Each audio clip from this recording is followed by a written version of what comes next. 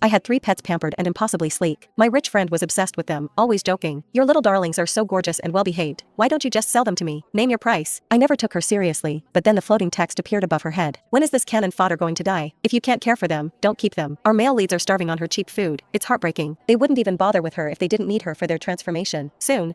The cannon fodder has a brain tumor and no money for treatment. She's going to die any minute now. Once she's gone, the 3 male leads can go home with the female lead and start their happily ever after.